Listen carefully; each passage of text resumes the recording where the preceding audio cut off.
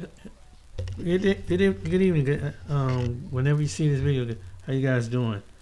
Well, I hope you're doing fine out there. Well, I'm gonna start out with a little video about countries, and if you're a Black American, this is something that, like most Americans that travel from all walks of life, that in this video I'm gonna highlight some stuff, but I'm gonna have to give you a story first and give you a good intro of where we started from, where we came from. So shout out to this story. I'm gonna show a little bit of this video, and I'll get back with my commentary. There was a place in Michigan where black millionaires ran 300 businesses, where Louis Armstrong owned a mansion, where 25,000 black Americans lived like royalty every summer for 50 years. They didn't just hide Idlewild from you, they destroyed it. And they used your own civil rights heroes to do it. They filled your textbooks with stories about black suffering and defeat, while deliberately erasing the black paradise that thrived in the Michigan wilderness. They never told you that Dr. Daniel Hale Williams, who performed the first successful pericardium surgery in America, chose to retire there. They omitted W.E.B. Du Bois, calling it the beautifulest stretch I have seen for 20 years. They ignored Madam C.J. Walker conducting million-dollar business meetings on the shores of Lake Idlewild. This wasn't some small resort they accidentally overlooked. Idlewild housed 300 black-owned businesses and created wealth that changed countless black families forever. They knew exactly what they were hiding from you. Proof that the most successful black community in American history could be completely destroyed within a single decade through their own manipulation. In this video, we'll uncover the brilliant business gamble that created Idlewild. Meet the black pioneers who transformed it into an economic powerhouse. Witness the golden age when legends like Aretha Franklin and Jackie Wilson made it their second home, and discover the bitter irony of how civil rights victories led to its complete destruction. The year is 1912. Four white couples are about to accidentally create the most successful black community in American history. Erastus and Flora Branch from White Cloud, Michigan, along with Adelbert and Isabel Branch, team up with Chicago couples Wilbur and Mame Lemon and A.E. and Modalyn Wright. These real estate developers see dollar signs where their racist neighbors see only hatred. They purchased 2,700 acres of pristine Michigan wilderness surrounding what would become Lake Idlewild. Their business plan sounds simple. Sell vacation lots to the growing black middle class who are literally banned from every other resort in America. The genius lies in their marketing strategy. They place advertisements in the Chicago Defender, the Indianapolis Recorder, and the Pittsburgh Courier, the most influential black newspapers in the Midwest. The ads offer lots for $1 down and $1 per month, targeting the specific financial habits of black professionals who often paid small amounts over time from major purchases. Most brilliantly, they hire black salespeople like Charles Anderson and organize train excursions from Detroit, Chicago, and Cleveland. Prospective buyers can see this hunter's paradise with their own eyes. 2,700 acres of untouched forest, multiple crystal clear lakes, and most importantly, complete freedom from racial restrictions. The white developers have no idea they've just lit the fuse on a black excellence explosion that will reshape American history. But Dr. Williams wasn't content to just own property in this revolutionary community. He was about to transform it into something much more powerful.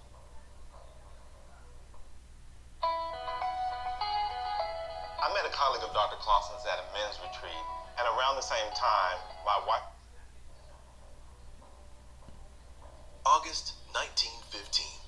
Dr. Daniel Hale Williams steps off the Pierre Marquette train and into history.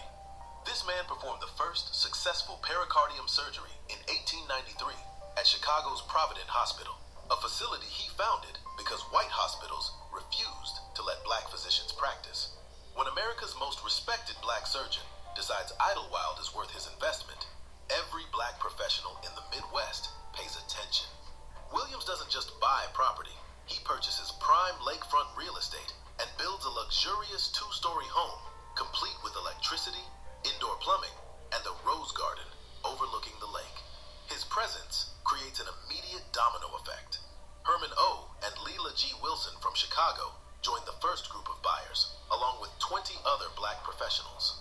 By 1920, Williams has co-founded the Idlewild Improvement Association with Louis B. Anderson of Chicago, Robert Rife, and William Green of Cleveland. This black-controlled organization systematically buys out the white developers, taking complete ownership of property sales and community development. The transformation happens rapidly. Dr. Williams builds the Oakmere Hotel on the island, constructs a summer pavilion for evening gatherings, and creates the infrastructure for what will become America's black intellectual capital. Word spreads through black medical networks, legal communities, and business circles like wildfire. The most prominent black Americans in the country start making pilgrimages to see this hidden paradise for themselves. But before we continue with the incredible story of how these black pioneers built their empire, if you believe these hidden histories need to be told, please subscribe to Black Stories Untold and help us spread awareness of the truth they don't want you to know. These stories of black excellence deserve to be heard, and your subscription helps us continue uncovering them. Now, back to the video. By 1921, Idlewild has attracted a who's who of black excellence that reads like a Civil Rights Hall of Fame. Madam C.J. Walker, America's first black female millionaire, owns substantial property and declares Idlewild a great national progressive movement that provides a national meeting place where leading spirits could gather and discuss problems of race importance. W.E.B. Du Bois purchases multiple lots after his 1920 visit, writing in the Crisis magazine that Idlewild represents sweet, strong women and keen-witted men from Canada and Texas, California and New York, Ohio, Missouri, and Illinois, all sons and grandchildren of Ethiopia, all with the wide leisure of rest and play. Charles Waddell Chestnut, the groundbreaking novelist whose works challenged racial stereotypes, builds a summer home that will later be purchased and preserved by current township supervisor Carrington Atkins. Violet Neatley Anderson, the first black woman admitted to practice before the U.S. Supreme Court, becomes a regular visitor and eventually donates her property to her sorority, Zeta Phi Beta. The annual NAACP Chautauquas, organized by Reverend Robert L. Bradby of Detroit's Second Baptist Church, transform Idlewild into Black America's intellectual powerhouse.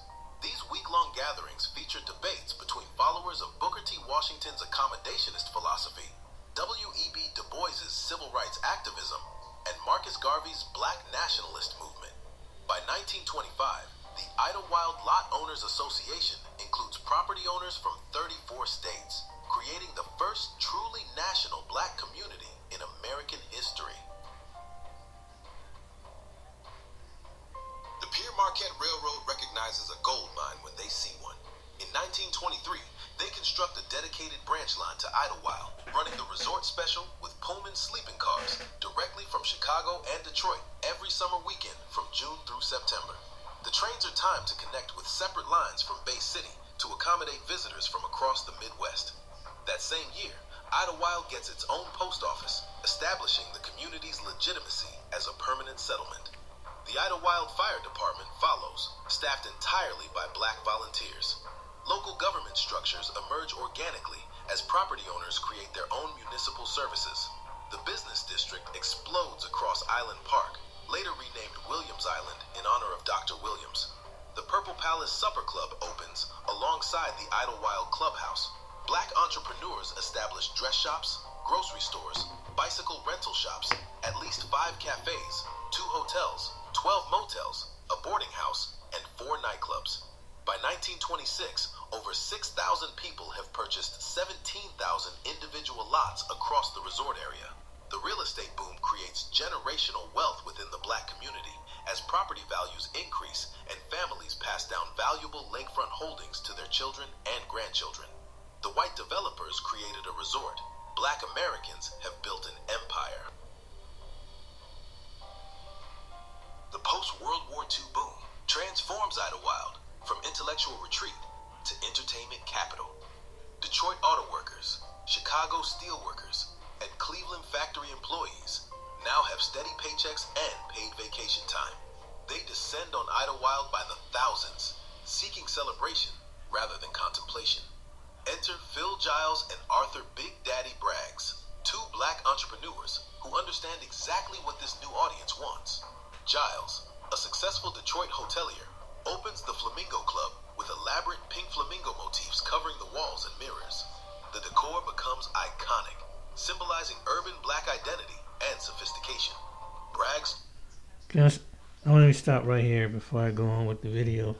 You know why support black businesses? Why black Americans say that? Because this is what the history showed. And just imagine, without interference from the government or some deity entity, if they can do this again. That they can have their own. Because there's still places in America that's still predominantly white, or predominantly Hispanic, or predominantly Middle Eastern, or predominantly other races. And everybody in their own comfort space. So that's one of the things about, and that's why. But in order to build something like this, it can't be on social media, because there would be some people that try to throw a monkey wrench in this. They would. They're trying to find some legal way, and it took a strategy for them to get to that, because they did it at a time where, even though the white people in America had their own, they did it underground. And so when they do something like that, you have to build your own website and like say, we have this special project, and if you want to do something like this, you can't bring it to something like that. Say, hey, we got a special project for, if black men and black women decide to do this together, you would have to do it off ground, because knowing this time and day and age, they'll throw a monkey wrench in it. So you have to do everything encoded. One thing I learned about watching other groups of people, why they don't really get watched, because number one, they don't understand the language, and it's a culture there. Number two, they do things underground, so they don't advertise and saying that these are for this particular religion, or for Muslims, or whatever different Muslim people that's under the Muslim classifies Muslim group, or an Asian group. They know how to go under the table. But when it comes to black Americans, they would have to go at a different angle. Just say, hey, we got this project, we're going to get together. And it'd be like a secret, it'd be like a club. But you have to keep it, shh. That's the way the mafia did their things, and other groups of people did things. If you want something. But you have to keep it underground and say, we got a place, we got a spot we're going to meet at, and we got some plans to get something together. But when you go out and it be some kind of private funding, but you do like a public funding, that's when, remember those black women that try to launch something, and they these other groups came and said, well, you discriminating, blah, blah, blah. So you have to do something, use the strategy of these people back then. If you're a black man and black woman, and you talk about doing something with your people, but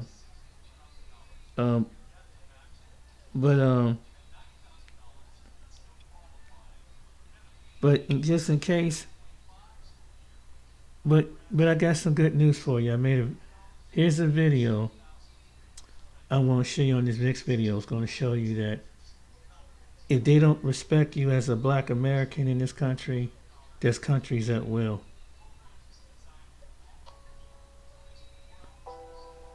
And Hello, I'm Paxton Short, and we're a Rand Dental in Hilliard. Prior to Rand Dental Group, there are entire nations begging you to swap your 9-to-5 grind for their beaches, bustling tech hubs, and shockingly simple visa stamps. Welcome to top 10 countries that want black Americans to come live and work there. Non-African destinations. The countdown you've been waiting for. Yes, you heard right. They want black Americans. From governments waiving income proof to employers dangling signing bonuses like carnival candy, these top 10 non-African countries that want black Americans to come live and work there are practically airdropping opportunity. We'll unpack how shrinking birth rates, billion-dollar skill gaps, and a global diversity arms race have kicked open doors that were bolted shut a decade ago. Think lower taxes, deeper respect, and lattes so cheap they make your student loan statement cry. No spoilers. Stick around as we reveal each of the 10 countries that want black Americans to come live and work there and crown our number one pick. Hit the like button, subscribe to Virtual Travel by Brian, and ring the notification bell for more eye-opening content. Let's dive in. Number 10, South Korea. You can teach English in Seoul and make more money in a month than some folks back home see in a quarter, without a side hustle. South Korea isn't just rolling out the red carpet, they're practically printing your visa before you book the flight. With a shortage of native English teachers and a booming tech economy, black Americans with a college degree and clear speech are considered high-value imports. No, you don't need to speak Korean, but you will need to get used to spicy food, 5G everywhere, and being called teacher, like you're some sort of language Jedi. Now don't let the country's lack of melanin fool you. While Korea isn't known for deep racial diversity, many black expats report feeling safer walking home at night than they ever did in parts of the US. You won't get side-eyed by police every 5 minutes, and with a culture rooted in respect, you might actually get the benefit of the doubt for once. Refreshing, right? Korea's government isn't just tolerating foreigners, they're actively recruiting. They've streamlined visa programs for skilled workers, engineers, healthcare pros, and creatives. The E2 visa for English teachers is one of the easiest work visas to get on Earth. And the pay? Competitive. Expect $2,000 to $3,000 per month, free housing, flight reimbursement, and bonuses if you stay put. That's right, they'll pay you not to ghost them. And we need to talk about healthcare. For roughly $100 a month, you get full access to one of the world's most efficient systems. Dental, checkups, emergencies, it's all in there. Ever paid $1,300 for a Tylenol drip in the US? Yeah, not here. Now let's be honest. Korea is not going to hand you a plate of fried catfish or quote Nina Simone lyrics at karaoke. But it will give you safety, respect, and a chance to build wealth without dodging systemic racism at every turn. That alone makes it worth the culture shock. Would you trade casual discrimination for instant Wi-Fi, free housing, and a country that actually wants you? South Korea's asking, and the ball's in your court. Number 9, Uruguay. You know things are upside down when a tiny South American country with more cows than people is making more sense than the so-called land of the free. Uruguay might not be the flashiest passport stamp, but don't sleep on this one. It's quietly building a reputation as one of the most progressive, chill, and shockingly stable countries you could ever call home. First off, Uruguay isn't playing games with democracy. It ranked number 13 on the Economist Democracy Index in 2023, ahead of the US. And yes, that says a lot. This place takes human rights seriously. No one's trying to regulate your body, ban books, or tell you who to marry. It's giving freedom for real, not just the t-shirt slogan. Now here's where it gets interesting. Uruguay has a population crisis. Their birth rate is tanking, their workforce is aging, and they need fresh, educated, working-age humans. Yesterday. That's where you come in. As a black American with US citizenship, you get special treatment on arrival. No need for crazy visa hoops. Just show up, start the residency process, and boom, you're in. No prove your worth games, no ridiculous income requirements. You just need a clean record, proof of some income, and an address. That's it. Want to open a business? Uruguay says, great, here's your tax ID. Want to work remotely for your US company? Even better. Your foreign income isn't taxed. Want to retire early and sip mate on a quiet beach? They'll hand you a hammock and point you to the ocean. And let's talk vibes. Uruguayans are famously chill. Like, shut down early to go watch the sunset, chill. Montevideo is clean, peaceful, and has a surprisingly artsy soul. Think poetry slams in Spanish, Afro-Uruguayan candombe drums echoing through the streets, and a food scene that makes you forget about fast food altogether. Now, it's not some Wakanda 2.0. There's still work to do around racial representation, and you may be one of the few black folks on your block. But here's the kicker.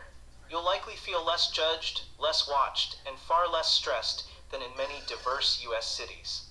That mental freedom? Priceless. So here's the question. Would you give up 24-hour drive-thrus and Target runs for a calm, safe, dignified life in a country that respects your rights and your presence? Uruguay's doors are open, and they're not asking you to change who you are at the door. Number 8, Japan. In a country where your umbrella gets its own locker at the train station, trust me, being respected as a black American isn't some far-fetched fantasy, it's standard practice. Japan might not scream black diaspora hotspot, but it's quietly becoming a sanctuary for folks tired of being racially profiled, underpaid, or just straight up ignored. Let's start with the basics. Japan has a population crisis so bad it's making the national news every week. In 2024, their population dropped for the 15th year in a row, and over 28% of the population is over age 65. Translation? They desperately need people who can work, contribute, and just be alive under the age of retirement. And while Japan used to be more selective, the government is now actively recruiting foreign workers, especially in IT, healthcare, engineering, and English education. Enter the Black American professional. Educated, multilingual, global-minded, and passport-ready. Whether you're teaching English with the JET program, freelancing as a tech nomad, or getting hired as a systems engineer, Japan will often sponsor your visa, help with relocation, and pay you well for your time. Now, is Japan perfect? No. It's still very homogeneous, and staring is a thing. Like, I've never seen a black person in real life kind of staring. Oh, wow. You know, if you want to check 2 bags for free, you should probably have Mike, you can check out Virtual with Brian. And that's just to give you a good idea of, hey, you want to go. But there's countries, you put a few countries here you may not want to, you might want to reconsider if you're a black American. Some trips don't just stamp your passport. They test your patience, your dignity, and your ability to smile through nonsense you definitely didn't pack for. There are entire nations begging you to swap your 9-to-5 grind for their beaches, bustling tech hubs, and Sorry about that. There's some countries you need to be aware about if you're a black American and you have the education and the wherewithal, just to name a few. But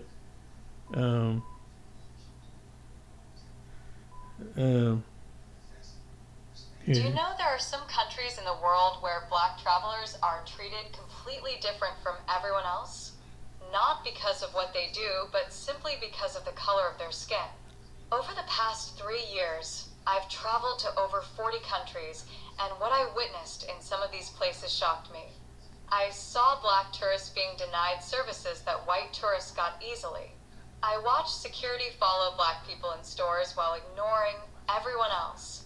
I witnessed discrimination that was so blatant, it made me uncomfortable just watching it happen.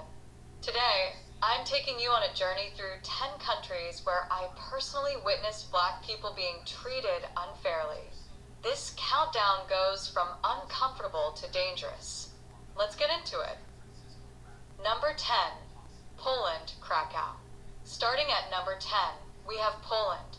I spent a week in Krakow in the summer of 2022, and what I witnessed there opened my eyes to how black travelers are treated in Eastern Europe. On my second day, I was having breakfast at a cafe near the main square. A black couple walked in, tourists clearly, with cameras and guidebooks. They stood at the entrance, waiting to be seated. The hostess looked at the empty tables, and told them the cafe was full. They left confused. 5 minutes later, a white couple walked in and got seated immediately at one of those unavailable tables. I couldn't believe what I'd just seen, but it happened again and again throughout my trip. I was at a restaurant one evening when a group of black tourists tried to get a table. The waiter told them there was an hour wait. I'd walked in 10 minutes earlier without a reservation and got seated right away. The difference in treatment was obvious. Yo, I just typed that in and it made the whole track?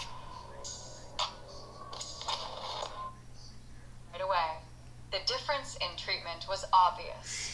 The most disturbing thing I witnessed was in the Casimir's district.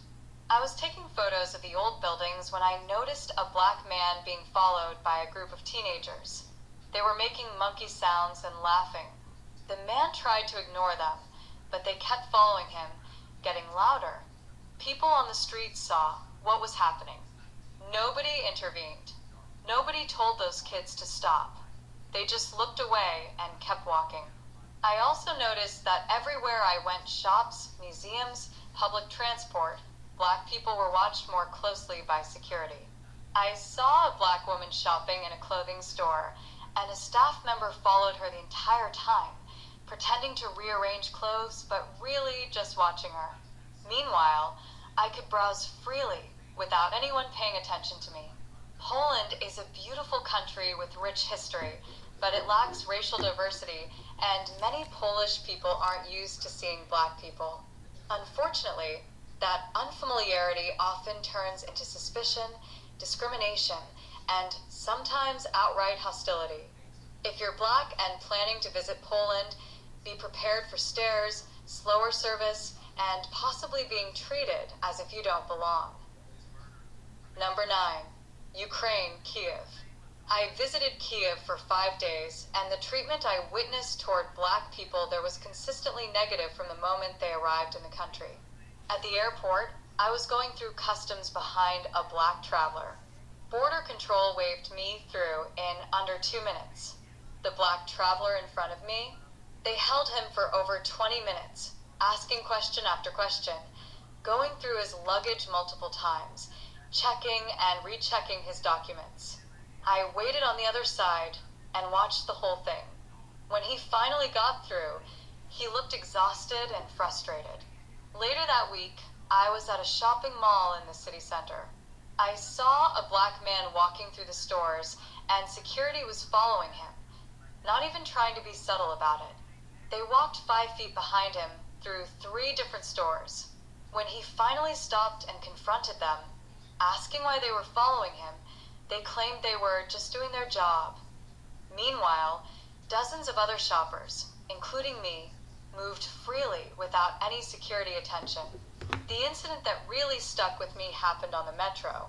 I was sitting across from a black woman, probably in her 20s, dressed professionally, minding her own business.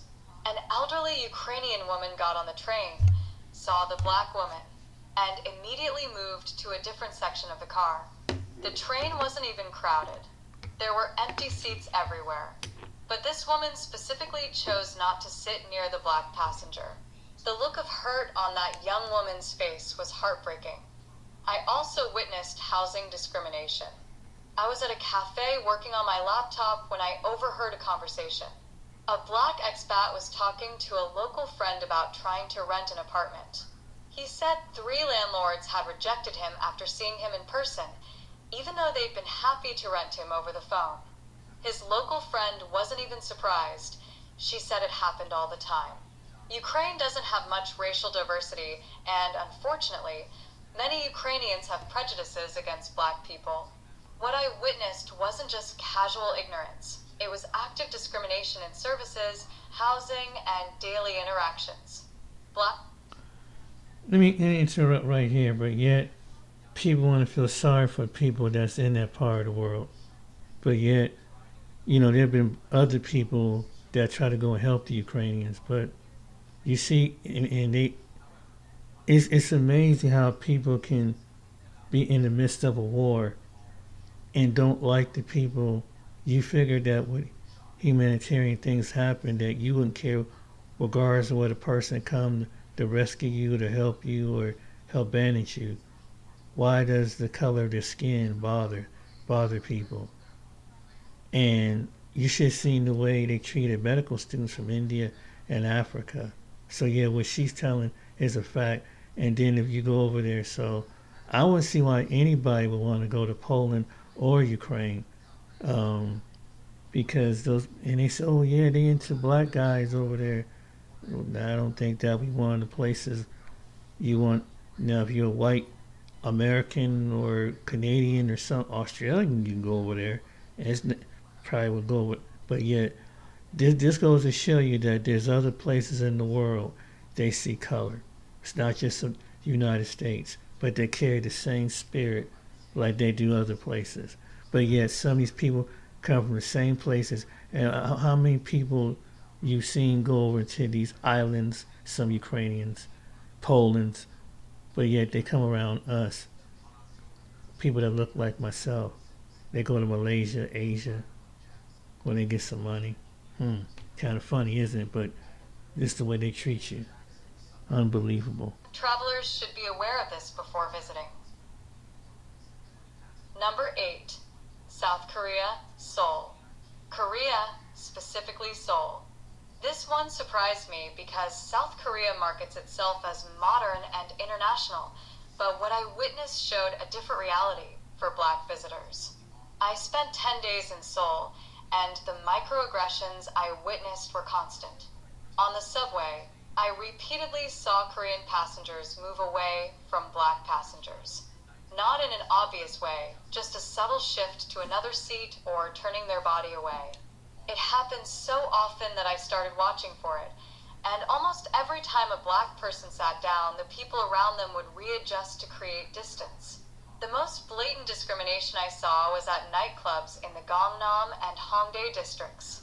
I went out with a group of travelers, some white, some Asian, some Black. We'd arrive at a club together, and the bouncer would let the white and Asian travelers in, then stop the Black travelers and say, "No foreigners tonight," or "private event." This happened at 4 different clubs in one night. The Black travelers ended up going home while the rest of us got in easily. I also witnessed something disturbing in touristy areas.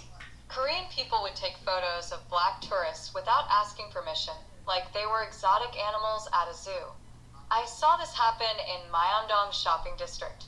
A Black family was looking at street food, and Korean tourists were taking photos of them, not even trying to hide it. The family clearly felt uncomfortable, but the photo taking continued.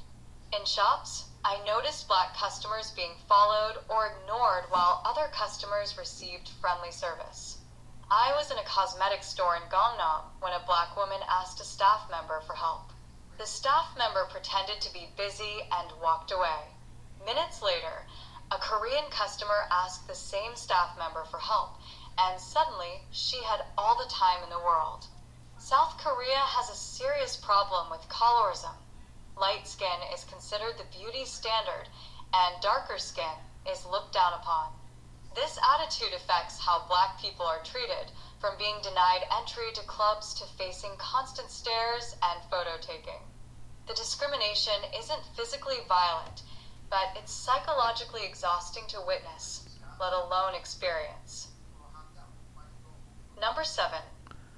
I just heard, heard Virtual O'Brien, but Brian, I don't know if you know about that one, but maybe whoever Virtual Brian, need to kind of reevaluate that, because he made it countries about where Black travelers are not welcome, like this person did. But I don't understand, why would anybody want to go to some place like that where they can't adjust your reality? They can't adjust it, and they probably want white Caucasian Americans or Australians or British to come over there. They probably won't have no problem. It's no big deal. Probably, but a Black American. Now, there might be some Black Americans, and some Africans that go over there, but I just can't see why would anybody want to put up with that. I'm not saying that the whole country is like that, but if obviously this person's telling you get treated like that, you might as well stay in a Western country. India, Mumbai, and Delhi. I visited Mumbai and Delhi, and the colorism I witnessed there was deeply ingrained in the culture. India has issues with dark skin in general, but Black travelers face an additional layer of discrimination. The first thing I noticed was the staring. Everywhere I went, when Black tourists appeared, people would stop and stare. Not quick glances, full on, unblinking stares. I was at the gateway of India in Mumbai when a Black tourist walked by, and at least 20 people turned to watch her. Some people pulled out their phones to take pictures without asking. The woman looked so uncomfortable, but it didn't stop anyone. I witnessed blatant price discrimination at tourist sites. I was at the Taj Mahal, standing in line behind a black couple. The ticket vendor quoted them a price that was 3 times the actual cost. When they questioned it, he insisted that was the correct price. I bought my ticket right after them and paid the normal rate. The couple was still arguing with the vendor when I walked away. In restaurants and hotels, I saw black tourists receiving noticeably worse service than other tourists. At a restaurant in Delhi, a black family waited 30 minutes to be served while tables that came after them got their food first. When they complained, the waiter acted confused and blamed the kitchen, but I'd been watching. Their order had been sitting on the counter for 10 minutes before someone finally brought it to their table. The most uncomfortable moment was in a market in Mumbai. A black tourist was shopping for souvenirs, and I heard a vendor say to his colleague in Hindi, not knowing I understood some Hindi, something insulting about Africans and money. The vendor then tried to charge the tourist double what he'd charge anyone else. India's obsession with fair skin is everywhere. Skin lightening creams, Bollywood beauty standards, matrimonial ads specifying fair complexion. That mindset extends to how darker-skinned foreigners, especially black people, are treated.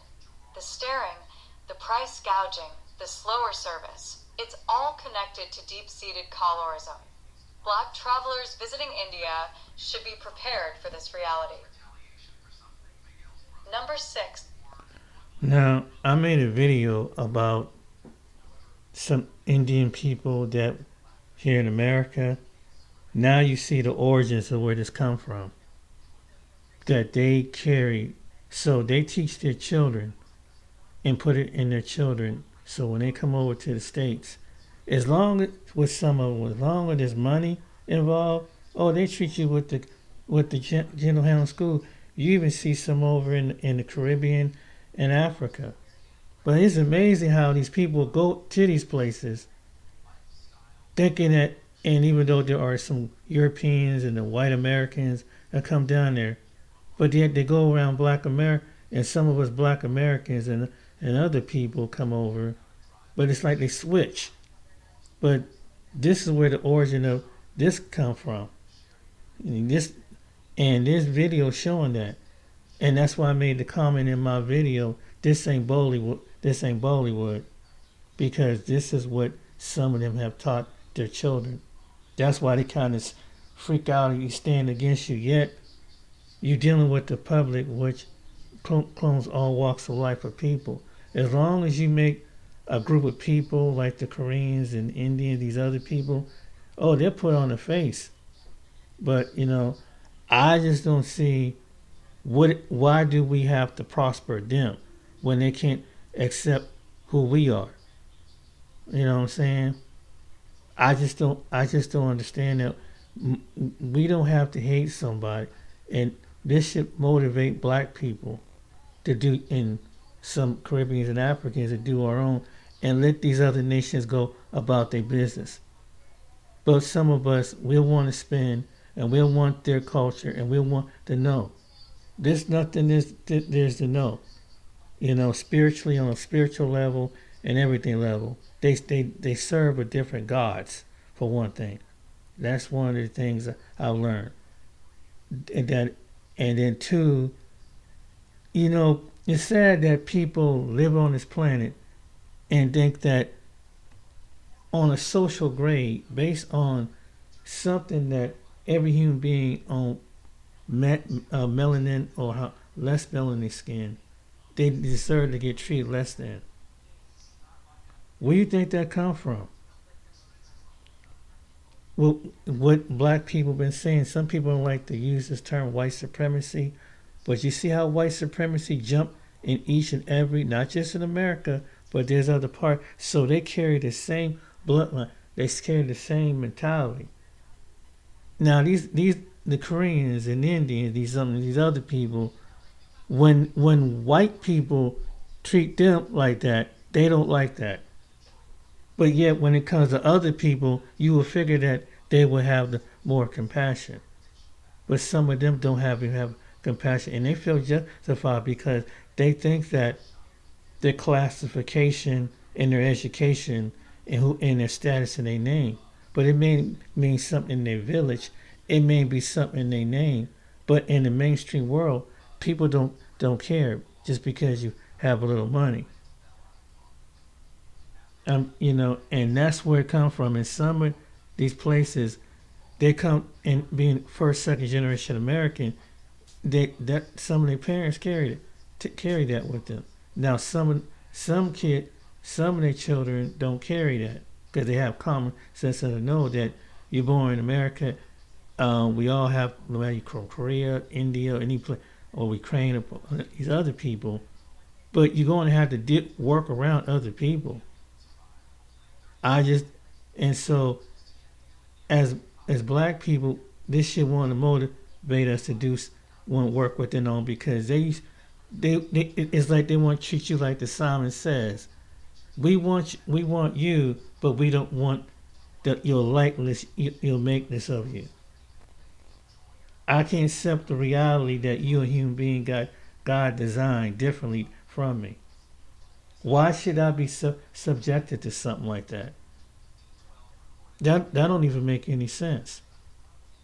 And this is why some people, you say, okay, but this separation, then be separate, because why make another group when you don't particularly care for that group?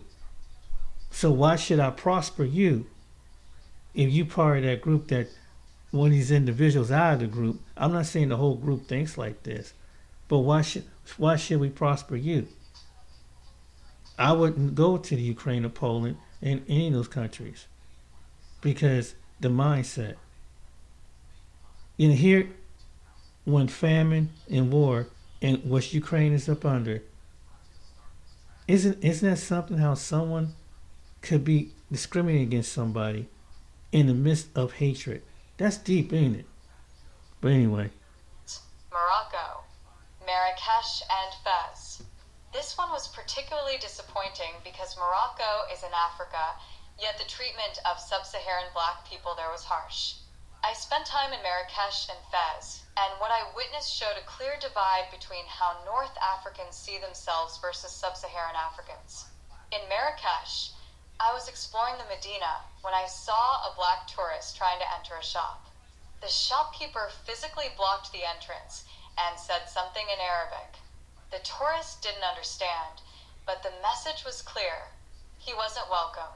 The tourist walked away, and immediately after, the shopkeeper welcomed a European tourist inside with a big smile. The price discrimination I witnessed in Morocco was the worst I've seen anywhere.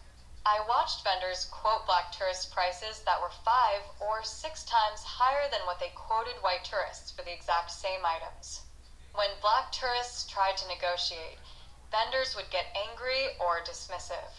But with white tourists, the vendors were friendly and willing to bargain. I also witnessed hostility from taxi drivers. I saw multiple black tourists trying to get taxis in Fez, and drivers would shake their heads and refuse to stop. When I asked a local guide about it, he explained uncomfortably that many Moroccans stereotype sub-Saharan Africans as poor migrants or troublemakers, so even when they're clearly tourists with money, they get discriminated against. The most shocking incident happened at a restaurant in Marrakesh. A black couple tried to enter, and the host told them they were fully booked. I was eating inside, and I could see empty tables. 10 minutes later, a white couple walked in and got seated at one of those unavailable tables. Morocco's Arab and Berber population often doesn't identify as African in the same way sub-Saharan Africans do, and unfortunately, that translates into discrimination. Sub-Saharan Africans, whether they're tourists, students, or migrants, face prejudice, inflated prices, and sometimes outright rejection. It's a painful reality in a country that geographically sits on the African continent but culturally distances itself from blackness. Diabetes? complicated. And this should be a motivation for, for us to come together as, people who are this complexion and darker. I hope that, some blacks and Caribbeans or Americans, and because right now it's a diaspora war, sometimes a disagreement, even with some Africans, I hope that this video will show you that no matter where you're from, whether you're from the islands or whether you're from America, you're black, or you're from Canada, you're black, you're French, you're black, you're from Brazil, you're black, and other places. You can be from the islands. They have the same mindset in different parts of the world. And it's too bad that maybe we can course that if people can get along and show these other people, look, you want to play this game, then we need to shop and be with our own. We need to, with our African and Caribbean counterparts. You want to play this game that my skin, or because your skin and my skin. And I think that Africans need, and black Americans, and we just need to mutual respect one another in that sense. Because now you see that this thing is bigger and with other groups of people, because it's literally coming down by the skin in these different places. But yet this is what they're gonna treat you. And this is not normal. Not when you're spending your hard-earned dollar. And however you get your money, through an actual business. If you can't just show reality, why should I prosper you? That's my question to anybody. And this is the approach. That's why, starting with black Americans, why some want to do why is it black business? Why they just want the blacks want to segregate themselves? Like you see in other parts of the world, and just like in America, people don't like your presence. You make their presence feel uncomfortable. Just for being your skin color and assuming that you're doing something that you shouldn't be here. When you have an honest business, education, work, and whatever, and you want to enjoy life.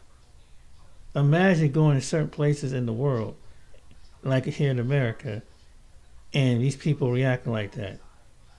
Simply because God put something different on your body. And based on the complexion of a skin and texture of a hair, they have to think like they feel comfortable. But yet, some of these same people, Moroccans and these other people, will be down, they have their businesses in black neighborhoods, getting the black dollar. The Asian Indians, the Asians and the Indians. Even probably some Ukrainians in Poland, and they're like these, ain't that something? But yet,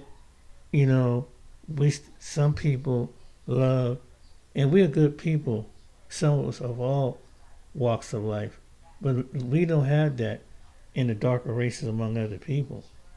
Now, there might be some areas in the world where the darker races only and no one else. It might be tribal, even on some islands.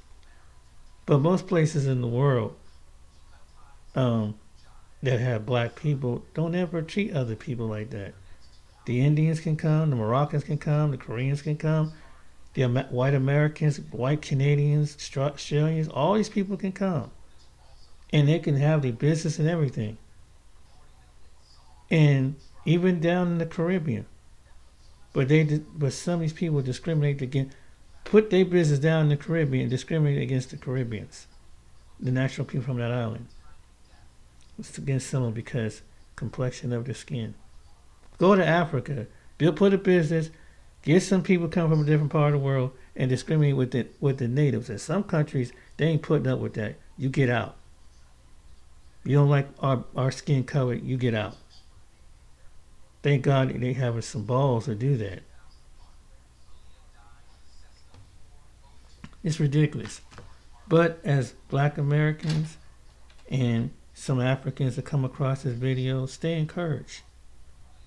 That's why we only going to see each other as human, as visible. If these other people don't want to treat you as a human being that God designed, then maybe it's wise just to work on readjusting and seeing each other as human beings, since these other people don't seem to adjust their reality.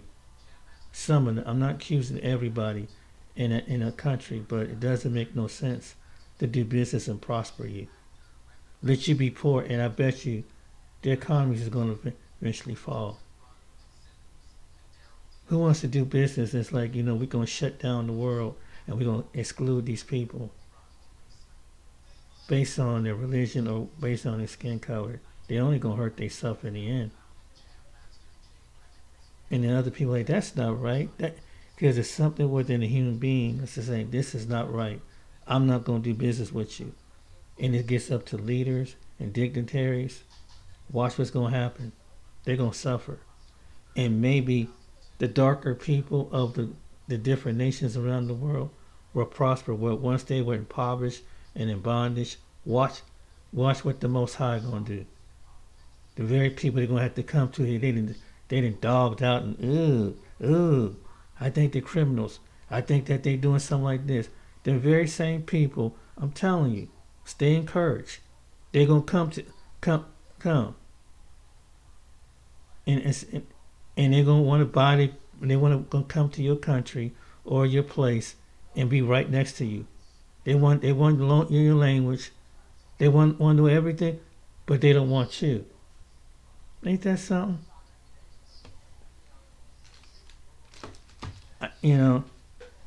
And I kind of I started doing my own way of group economics. And I don't hate nobody. I don't, whether around you hating somebody or even cursing the ground they walk on. You know how you get back at people? When you withhold your dollar from these people, they'll understand.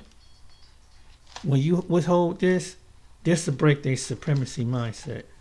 To all these people that's like this, when you hold this, when you withhold your dollar, whether you come from Africa, whether you come from Korea, whether you're a black American, you withhold and do your business. Even if you go to another part of the world. Don't do no business with the Poles, the Ukrainians, Moroccans, South Koreans, or anybody that want to play this game. You withhold this, when enough of us do this, let them be in their own world by themselves. Other people are going to want to come along and say, and when they get around, watch what the economy will do. Why our economy? Well, because this got around, we discriminate against them. See, nobody want to learn that because whatever comes from, the economy goes both ways. But you got to treat people as equal. One day they're going to have to stand before the Lord, Yeshua, all these countries. And they're going to be in the lake of fire, just like them not liking somebody basically because of color of their skin. They said, why did you not like that person? When they stand before the real Lord, most of these people will, or from all walks of life. He's no perspective of person. He said, you can't come up in my heaven. How you like that? You can't come and dwell because you have this animosity, hatred towards your kin kind that I put on the planet. What if I told, what if some Koreans understand that? What if the Poles understand that? What if the Ukrainians understand that? What if some Americans understand that? You discriminate against somebody? What if the God that put you in your mother's womb, when you come to the end of your life, what would he tell you like that? See, it's all right, and you ain't gonna have no excuse. It wouldn't be right if I did to you. Don't make no sense, because we all bleed red. We all need air to breathe. We all need to survive and drink water. We all have the same wants and emotional needs. What makes you different than me? If you don't, and that's why I was saying, I hope this get to all other nations. Any nation that come across this video. What makes you think you're better than somebody? You ain't above death. You're not above sickness. You're not above circumstances. You're human. We're flesh and blood. You ain't above nobody. I don't care how much money you got. I don't care what your name, your family, your religion. It don't mean nothing. Because people are leaving this world from all walks of life. That's the message of this video. And black people and other people, African, anybody else come, if they can't treat you with, don't prosper them. Do not spend your one blood dime with them. If they can't treat you like a human being that God designed you on the planet, they don't deserve your respect. If they can't respect you, you don't spend your dollar with them. Let them ignorant people be in their unrealistic world. But for the people wondering why do black people want to, why did this happen in the history, and why black Americans want to do this, because this very video, because now this isn't just in other countries, but even in America, they try to prevent something like this to happen again. But yet the very people, they will put their law and their legislation to try to stop blacks, to try what they once the foundation of the people who helped build this country, and to prosper. You don't want them. You don't want them to prosper. But yet, it's crazy. It's like you don't want to integrate with them, but you don't want them to prosper them. Well, what if we take them out and we put them in part of the world and get away from them? You know what these same people do? They'll want to be curious. And the same ones that want to prosper them, didn't like them, and will come where they're at. Instead of saying, hey, if I got something against these people, I'm not going to bother these people. But you know what? In America, that's not going to happen. They will always they'll be so obsessed and try to find some nitpick, because it's something sick in their mind to see about a person's color, their nature, their culture, their makeup, and their skin.